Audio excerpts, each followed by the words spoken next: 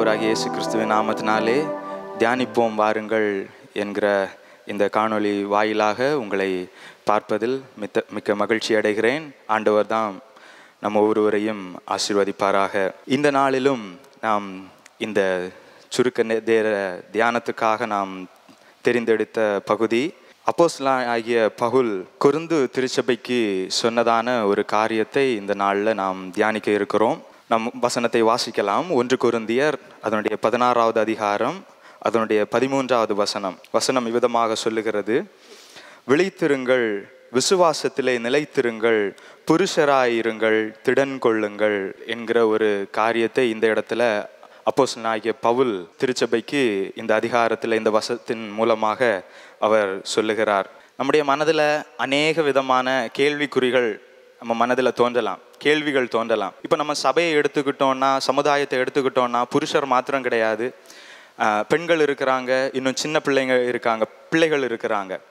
ஆனால் இந்த இடத்துல அந்த அப்போஸ்தலனாகிய பவுல் சொல்ல வருகிற ஒரு காரியம் என்னன்னா, அவர் அந்த சுபாவங்களை உள்ளடக்கியதான ஒரு கருத்தோடு இந்த புருஷராயிருங்கள், திடன் கொள்ளுங்கள் என்கிற ஒரு காரியத்தை இந்த இடத்துல சொல்லுகிறார். நாம் இதை ஆழமாக புரிந்து கொள்ள வேண்டும் என்றால், முதலாவது இந்த ஸ்திரீகள் மற்றும் பிள்ளைகளுடைய சுபாவங்கள் என்னன்னு சொல்லிட்டு நம்ம கொஞ்சம் டீட்டெயிலில் நம்ம பார்த்தோன்னா நமக்கு புரிவதற்கு ஈஸியாக இருக்கும். முதலாவது ஸ்திரீகளுடைய சுபாவங்கள் என்ன அப்படின்னு சொல்லிட்டு நம்ம பார்க்கிற பொழுது 2 தீமோத்தேயு 3வது அதிகாரம் அதனுடைய 7வது வசனம்: எப்போதும் கற்றாலும் ஒருபோதும் சத்தியத்தை அறிந்து உணராதவர்களாய் இருக்கிற பெண் பிள்ளைகளுடைய வீடுகளில் இப்படிப்பட்டவர்கள் நுழைந்து அவர்களை வசப்படுத்தி கொள்ளுகிறார்கள் என்பதாக இந்த வசனம் சொல்லுகிறது. நம்ம இந்த வசனத்தை நம்ம பார்க்கிற பொழுது இந்த இடத்துல ஒரு பெண் பிள்ளையுடைய ஒரு சுபாவத்தை இந்த இடத்துல அப்போஸ்தலனாகிய பவுல் தீமோத்தேயுவுக்கு எழுதுகிற பொழுது, அந்த திருச்சபை எழுதுகிற பொழுது அவர் சொல்லுகிற ஒரு காரியத்தை இந்த இடத்துல நாம் பார்க்கலாம். இந்த ஒரு சுபாவத்தை, இந்த ஸ்திரீகளுடைய ஒரு சுபாவத்தை நாம் பார்த்தோம் என்றால், கற்றுக்கொள்வதற்கு மனம் இல்லாதவர்கள் தான் இந்த ஒரு சுபாவம். இது நான் ஸ்திரீகளை பற்றியோ யாரையும் குற்றப்படுத்தி நான் சொல்லவில்லை. இந்த சுபாவத்தை குறித்ததான ஒரு காரியத்தை குறித்து இந்த இடத்துல நான் சொல்லுகிறேன். இந்த இடத்துல கற்றுக்கொள்ளாதவர்கள் இந்த ஸ்திரீகள். நம்ம அநேக நேரங்களில் ஆண்களாக இருந்தாலும் சரி, பெண்களாக இருந்தாலும் சரி, அநேக நேரத்தில் நம்முடைய வாழ்க்கையிலையும் அநேக விஷயங்களை ஆண்டவர் பல சூழ்நிலைகளில் கற்றுக் கொடுக்க ஆண்டவர் விரும்புவார். ஆனால் நம்ம எடுத்த உடனே சொல்லுகிற ஒரு காரியம் என்னன்னா, எனக்கு எல்லாம் தெரியும். எங்கள் ஊர்களில் ஒரு காரியம் சொல்லுவாங்க, தாம் பிடிச்ச முயலுக்கு தான் 3 காலு 4 காலு 5 காலுன்னு சொல்லுவாங்க. அப்படிங்கிற காரியம் இருக்கிறது. ஆனால் நம்ம அநேக நேரங்களில் நமக்கு ஆண்டவர் கற்றுக் கொடுக்கிற காரியத்தை நம்ம விட்டு நம் மனம் போல நம்முடைய சுய சுபாவங்கள் அநேக நேரங்களில் வெளிப்படுகிறதான காரியங்கள் காணப்படுகிறது. இந்த நேரத்தில் நாம் சிந்திக்க வேண்டிய காரியம் என்னன்னா, இப்படிப்பட்ட சுபாவம் நம்முடைய இருதயத்தில் இருக்கிறதா? நம்முடைய பெரியவர்கள் நமக்கு கற்றுக் கொடுக்கலாம், நமக்கு கூட இருக்கிறவங்க அநேக காரியங்களை கற்றுக் கொடுக்கலாம். ஆனால் நாம் அதை கற்றுக்கொள்ளாதபடி, நான் இப்படி தான் இருப்பேன், நான் இப்படி தான் வளர்ந்தேன், நான் என்ன மாற்றிக்க மாட்டேன் அப்படிங்கிற ஒரு வைராக்கியம் இந்த சுபாவத்தில் இருக்குது. அப்படிப்பட்ட சுபாவங்கள் நம்முடைய இருதயத்தில் இருக்கிறதா என்று நாம் ஆராய்ந்து பார்க்க வேண்டும். இரண்டாவதாக, இந்த ஸ்திரீகளுடைய சுபாவங்கள் எப்படிப்பட்டது என்று சொல்லி நாம் பார்க்கிற பொழுது 1 பேதுரு 3வது அதிகாரம் அதனுடைய 7வது வசனத்தில் சொல்லப்பட்டிருக்கு: அந்தபடி புருஷர்களே, மனைவியானவள் பலவீன பாண்டமாய் இருக்கிறபடியினால் உங்கள் ஜெபங்களுக்கு தடை வராதபடிக்கு நீங்கள் விவேகத்தோடே அவர்களுடனே வாழ்ந்து என்று சொல்லி அந்த வசனம் சொல்லப்பட்டிருக்கிறது. வசனத்தின் ஆரம்ப பகுதியில் சொல்லப்பட்டிருக்கிறது, மனைவியானவள் பலவீனமான பாண்டம் என்று இந்த இடத்துல வசனம் சொல்லப்பட்டிருக்கிறது. இப்போ அந்த ஸ்திரீயினுடைய இன்னொரு சுபாவத்தை நம்ம பார்த்தால் பலவீனமான ஒரு பாண்டங்கள். இதற்கு உதாரணமாக நம்ம எடுக்க வேண்டும் என்றால், நம்ம ஆதியாகமத்தில் பழைய ஏற்பாட்டில் நம் ஏவாளை குறித்து நம்ம பார்க்க முடியும். அவளும் ஈஸியாக சத்துருவானவன் ஏவாளை வஞ்சித்தான். இப்படி பலவீனமாக இருக்கிற பொழுது அநேகருடைய வார்த்தைகளை கேட்டு நாம் வஞ்சிக்கக்கூடிய ஒரு சுபாவம் தான், இந்த வஞ்சிக்கப்படக்கூடிய ஒரு சுபாவம் தான் இந்த ஸ்திரீயினுடைய சுபாவம். எளிதாக வஞ்சிக்கப்படுவார்கள். எப்படின்னு சொல்லி பார்த்தோம்னா, ஏன்னா அவங்க பலவீனமானவங்கள். இப்போ அநேக கிறிஸ்தவர்களுடைய வாழ்க்கையில் பார்த்தோன்னா நம்ம அநேக சூழ்நிலையில் சோர்ந்து போய் பலவீனமற்ற ஒரு ஆவியோடு நாம் காணப்படுகிறோம். யார் நம்மளை எதிர்த்து ஏதாவது ஒரு வார்த்தை சொன்னாலும் சீக்கிரமாக உடைந்து போகிற கூடிய ஒரு சுபாவத்தில் நம்ம இருப்போம். ஆண்டவர் நமக்கு தந்த அந்த விசுவாசத்தில் ஆண்டவர் நமக்கு செய்த அந்த அற்புதத்தை சில நேரம் நம்ம ஆண்டவர்கிட்டே கொஸ்டின் கேட்குறவர்களாக சில நேரம் மாறிவிடுகிறோம். நம்ம இந்த நேரத்தில் நம்ம ஆராய்ந்து பார்க்க வேண்டிய ஒரு காரியம் என்னன்னா, என்னிடத்தில் இப்படிப்பட்ட பலவீனம் உள்ள ஒரு சுபாவம் இருக்குதா, இல்லை ஆண்டவர் எனக்கு பலவுள்ள ஒரு சுபாவத்தை, எல்லாவற்றையும் தாங்கக்கூடிய, இந்த உலகத்தின் உள்ள எல்லா போராட்டங்களையும் தாங்கக்கூடிய ஒரு பலனை ஆண்டவர் தந்திருக்கிறாரா, அந்த ஒரு சுபாவத்தை நமக்கு தந்திருக்கிறாரா என்று நாம் ஆராய்ந்து பார்க்க வேண்டும். இப்போது நாம் ஸ்திரீகளை பற்றி அவர்களுடைய சுபாவங்களை பற்றி 2 காரியங்களை நாம் பார்த்தோம். இப்போது இரண்டாவதாக பிள்ளைகளுடைய சுபாவங்களை குறித்து நாம் பார்ப்போம். பிள்ளைகளுடைய சுபாவங்களை குறித்து, சின்ன பிள்ளைகளுடைய சுபாவங்களை குறித்து நாம் பார்க்கிற பொழுது 1 கொரிந்தியர் 3வது அதிகாரம் அதனுடைய 1 முதல் 3 வசனம் வரையில் நாம் படிக்கிற பொழுது நமக்கு அதில் அழகாக போடப்பட்டிருக்கும். மேலும் சகோதரரே, நான் உங்களை ஆவிக்குரியவர்களா என்று எண்ணி உங்களுடனே பேசக்கூடாமல் மாம்சத்துக்குரியவர்கள் என்றும் கிறிஸ்துவுக்குள் குழந்தைகள் என்றும் எண்ணி பேச வேண்டியதாயிற்றே. நீங்கள் பலனில்லாதவர்களானதால் உங்களுக்கு போஜனம் கொடாமல் பாலை குடிக்க கொடுத்தேன். இன்னமும் நீங்கள் மாம்சத்துக்குரியவர்களாய் இருக்கிறபடியினால் இப்பொழுதும் உங்களுக்கு பலனில்லை. பொறாமையும் வாக்குவாதமும் பேதகங்களும் உங்களுக்குள் இருக்கிறபடியால் நீங்கள் மாம்சத்திற்குரியவர்களாய் இருந்து மனுஷ மார்க்கமாய் நடக்கிறீர்கள் அல்லவா என்று இந்த வசனம் சொல்லப்பட்டிருக்கிறது. இந்த இடத்துல அந்த திருச்சபையை பார்த்து சொல்லுகிற ஒரு காரியம் என்னன்னா, உங்கள்கிட்ட பெரியவங்களை போல எனக்கு பேச முடியல, ஆனால் ஒரு சின்ன பிள்ளைகிட்ட பேசுறது போல பேச வேண்டிய ஒரு சூழ்நிலை ஆயிடுச்சே அப்படின்னு சொல்லிட்டு அவர் சொல்லுகிறார். இந்த இடத்துல அந்த 3வது வசனத்தில் நாம் முதல் பகுதியில் நாம் பார்க்கிற பொழுது அந்த குழந்தைகளுடைய அந்த ஒரு சுபாவத்தை அவர் சொல்லுகிறார். பொறாமையும் என்று அந்த 3வது வசனம் ஆரம்பிக்கிறது. இப்போ அந்த சின்ன பிள்ளைங்கள்கிட்ட நம்ம பார்த்தோம்னா அநேக நேரத்தில் இந்த பொறாமை அந்த சுபாவம் இருக்கிறது. அவனுக்கிட்ட அந்த ஒரு விளையாடுற பொருள் அழகா இருக்கு, என்கிட்ட என் வீட்டில் அது இல்லை, அவங்ககிட்ட இந்த வீடியோ கேம் இருக்கு, என்கிட்ட இல்லை அப்படிங்கிற ஒரு சுபாவம். இது சின்ன பிள்ளைகள் நம்ம பார்க்கிறோம். ஆனால் வளர்ந்த பெரியவர்களுக்கும் அப்படிப்பட்ட பொறாமை இந்த காலகட்டங்களில் இருக்கிறது. அவன் 2 மாடி வீடு வச்சா நான் 4 மாடி வீடு வைப்பேன். அவன் வீட்டுக்கு முன்ன பெரிய பிளே கிரவுண்டு வச்சா நான் பின்னாடி 3 பிளே கிரவுண்டு வைப்பேன். அப்படிங்கிற ஒரு பெருமையும் ஒரு பொறாமையும் உள்ளவர்களாக நாம் அநேக சூழ்நிலைகளில் இப்படி ஒரு சுபாவத்தில் நாம் காணப்படுவோம். நாம் இதில் புரிந்து கொள்ள வேண்டிய காரியம் என்னன்னா, நீங்கள் உங்களுடைய மனதில் பொறாமை என்கிற ஒரு காரியம் வருதுன்னா அதற்கு அர்த்தம் என்னன்னா, உங்களுடைய இருதயத்தில் இந்த சிறு பிள்ளைகளுடைய சுபாவம் இருக்கிறதுன்னு சொல்லிட்டு அர்த்தம். இப்போ இரண்டாவது இந்த சிறு பிள்ளைகளுடைய அந்த சுபாவங்களை நாம் பார்க்கிற பொழுது இந்த அந்த 3வது வசனத்தில் அதே அடுத்த பகுதியில் சொல்லப்பட்டிருக்கிறது வாக்குவாதமும் என்று சொல்லப்பட்டிருக்கிறது. இந்த வாக்குவாதம் உள்ளவர்கள், வாக்குவாதம்னு சொன்னா நமக்கு அழகா நமக்கு தெரியும். சண்டை போடுறதுன்னா ஈஸி, மாறி மாறி. இப்போ காலேஜில் ஹாஸ்டலில் சண்டை போடுறதுன்னா சண்டை போடலாம். இப்போ வேலை செய்கிற இடங்களில் சண்டை போடுறதுன்னா ஈஸியாக. அந்த வாக்குவாதங்கிறது நம்முடைய அநேகர் இடத்துல சுலபமாக வரக்கூடிய ஒரு காரியம். என்ன அவன் இப்படி சொல்லி போட்டானே, என்ன பார்த்து அவன் இப்படி சொல்லலாமா அப்படிங்கிற ஒரு காரியத்திலிருந்து அப்படியே ஆரம்பிக்கும். அப்படிப்பட்ட வாக்குவாதங்கள்னால அநேக குடும்பங்களில் பிரச்சனை. இந்த வாக்குவாதத்தின் நிமித்தமாக அநேக குடும்பங்களில் குழப்பம்.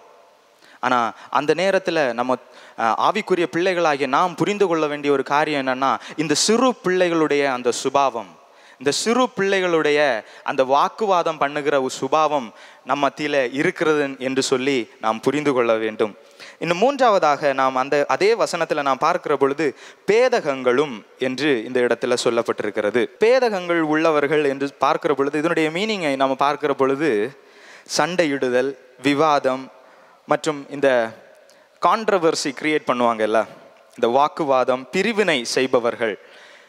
நம்ம இந்த நேரத்தில் அநேக பேருடைய மனதில் இப்படிப்பட்ட காரியங்கள், நான் இப்போ ஒரு வார்த்தையும் சொல்லும் பொழுது நம்முடைய மனதில், இது நான் பண்ணியிருக்கேன்ல, இது என்னுடைய வாழ்க்கையில் நான் பண்ணியிருக்கிறேன்ல, எவ்வளோ கான்ட்ரவர்சியை நான் கிரியேட் பண்ணியிருக்கிறேன், எவ்வளோ அந்த இடத்துல விஷயமே நடந்திருக்காது, ஆனால் அந்த இடத்துல என்னால் ஒரு குழப்பம் ஏற்பட்டுச்சே அப்படின்னு சொல்லிட்டு நம்ம இந்த நேரத்தில் நம்ம சிந்தித்து பார்க்க வேண்டும். இப்படிப்பட்ட சுபாவங்கள் உங்களுடைய வாழ்க்கையில் இருக்கும் என்றால் நிச்சயமாக அந்த சுபாவங்களை ஆண்டவருடைய கரத்தில் கொடுத்து விட்டு, ஆண்டவரே இந்த சுபாவங்கள் என்னுடைய வாழ்க்கையில் வேண்டாம், இந்த சிறு பிள்ளையை போல இருக்கிற அந்த சுபாவம் எனக்கு வேண்டாம், பொறாமை உள்ள சுபாவம் எனக்கு வேண்டாம், வாக்குவாதம் பண்ணுகிற சுபாவங்கள் எனக்கு வேண்டாம் என்று சொல்லி ஆண்டவருடைய கரத்தில் நம்மை ஒப்பு கொடுக்கிற பொழுது ஆண்டவர் நம்முடைய வாழ்க்கையை நன்மையால அவர் நிரப்புகிறவராக காணப்படுகிறார்.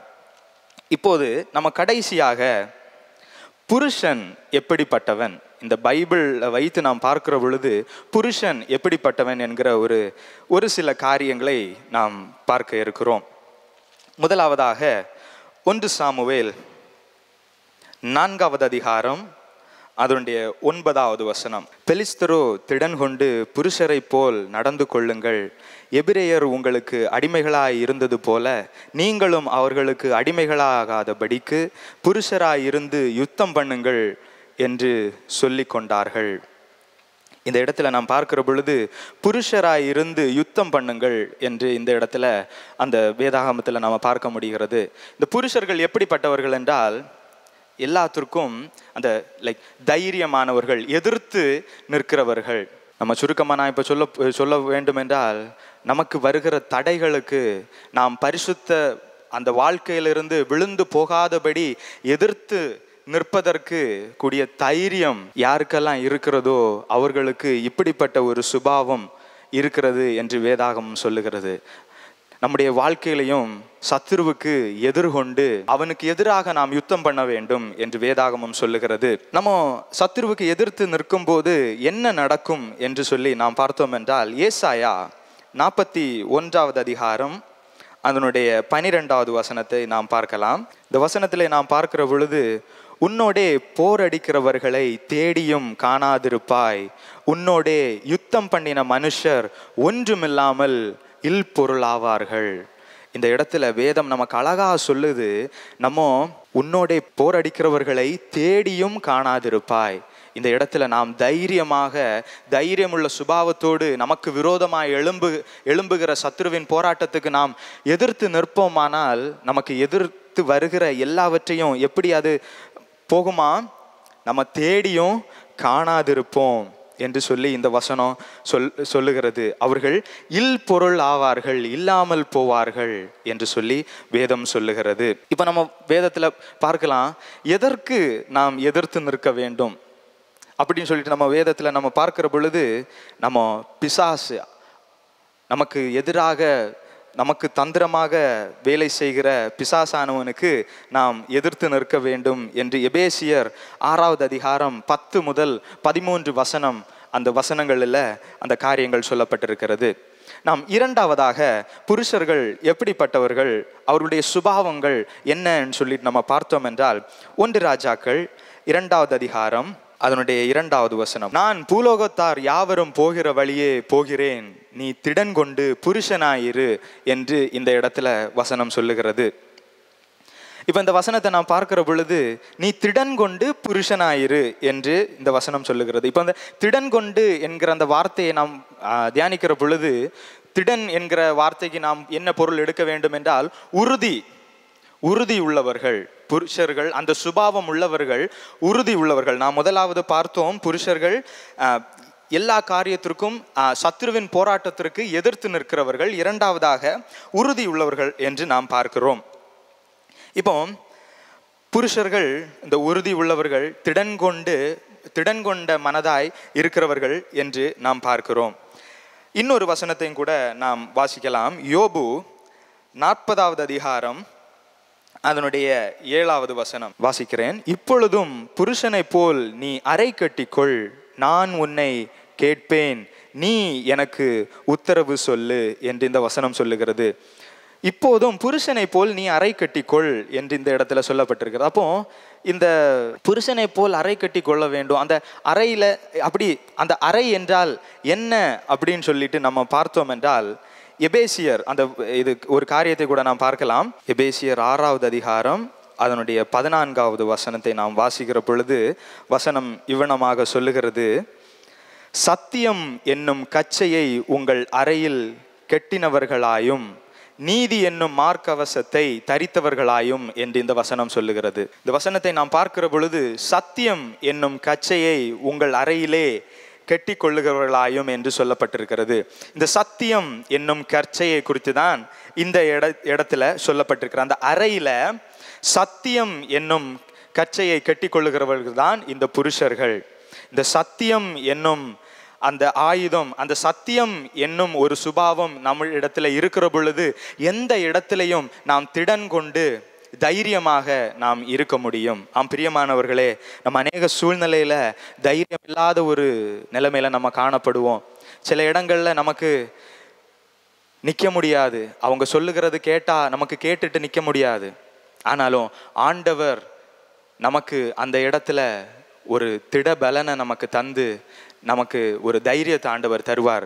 நம்ம அப்படி நமக்கு தைரியத்தை தரணும்னா நம்ம அந்த இடத்துல சத்தியம் உள்ளவர்களா, உண்மை உள்ளவர்களாக நாம் இருக்க வேண்டும். அதுதான் மிக முக்கியம்.